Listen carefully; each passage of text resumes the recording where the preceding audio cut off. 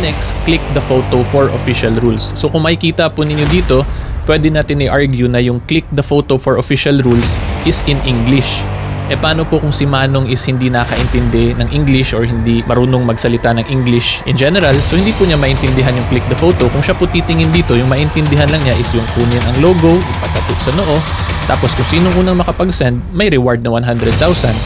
Diba? So I believe... Alright, so good morning everybody. So medyo late na po, no? Actually matutulog na sana ako pero bigla po kasing may nagtag sa akin dun sa Taragis issue and I believe it is a pretty interesting topic. So napasuot po ako ng barong kahit 11:45 PM na para ma-discuss yung issue na yun. Okay, so quick disclaimer lang before I will proceed. Ang i-share ko lang po ngayon will be the side of the petitioner and I will not be bothering with the defense kasi mas interested po ako dito sa side ng petitioner din kung paano ba natin talaga ma-argue para ma-award sa kanya yung 100,000 na pinramis ng Taragis. Okay, so ang main cause of action na lang po na i-discuss ko dito will be specifically Article 21 of the Human Relations Provision of the Civil Code. Pwede rin naman siya i-argue based on breach of contract pero mas madami kasing nuances pag sa contract and mas madaming possible defenses din doon. So I believe the safest route and the easier route for us is to go with Article 21 of the Civil Code. Okay po, so in Article 21 of the Civil Code, nakalagay po dyan is that any person who willfully causes loss or damage to another which is contrary to morals, public policy, or good custom shall compensate the latter for damage. So now, i-apply po natin dun sa case dito sa Taragis. Meron po bang loss or injury cost? So the answer to that po is yes, diba? Kasi nagpatattoo po yung si Manong sa forehead niya. So that is already an injury. And now, the next question is, was it willfully done po ba by Taragis yung advertisement nila? And if you will ask me po, I believe it was done willfully or with intent kasi sinabay nila sa April Fools, diba? So yung presumption ng Taragis is that hindi maniniwala po yung mga tao dun sa ad nila kasi yun nga, April Fools, the mere fact that it is April 1 today and is April Fools, hindi po yun agad automatic na valid defense.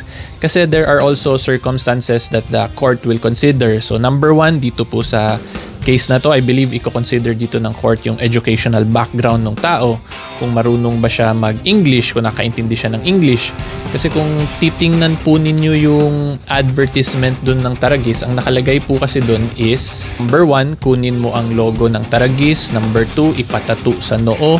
Number 3, kung sino ang unang makapag-send sa amin, siya ang mananalo ng 100,000.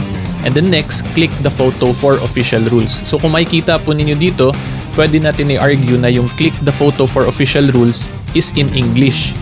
Paano po kung si Manong is hindi nakaintindi ng English or hindi marunong magsalita ng English in general?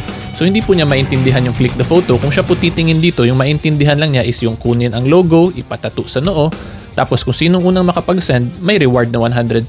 So yun po yung feel ko yung strongest way dito para manalo si Manong. Kailangan po niya mapakita sa court na hindi siya marunong mag-English. Therefore, yung tiningnan lang niya is yung 1, 2, 3 na instructions. And regarding naman po dun sa April's Fool's Day na disclaimer ng Taragis, same principle lang din po yung pwede natin i-apply doon na pwede nating argue na si Manong is not aware of the Western culture kasi generally sa Philippines naman po, wala naman po sa calendar yung April Fools, diba? At kung ako po tatanungin, hindi naman talaga common sa Filipino culture yung April Fools because that is a Western practice. So again, that is another argument that Manong can use na he is not fully aware of what April Fool's Day means. So kung titingnan po talaga natin, pwedeng mag-fall na yung actions ni Taragis is contrary to good customs, to morals, or public policy. Kasi basically, they performed an advertisement which is exaggerated. Paano po kung yun nga, kung si Manong hindi siya fully aware na that was an exaggeration, it was because it's April Fools, then pwede na po yun siya pumasok as being contrary to good customs, morals, or public policy.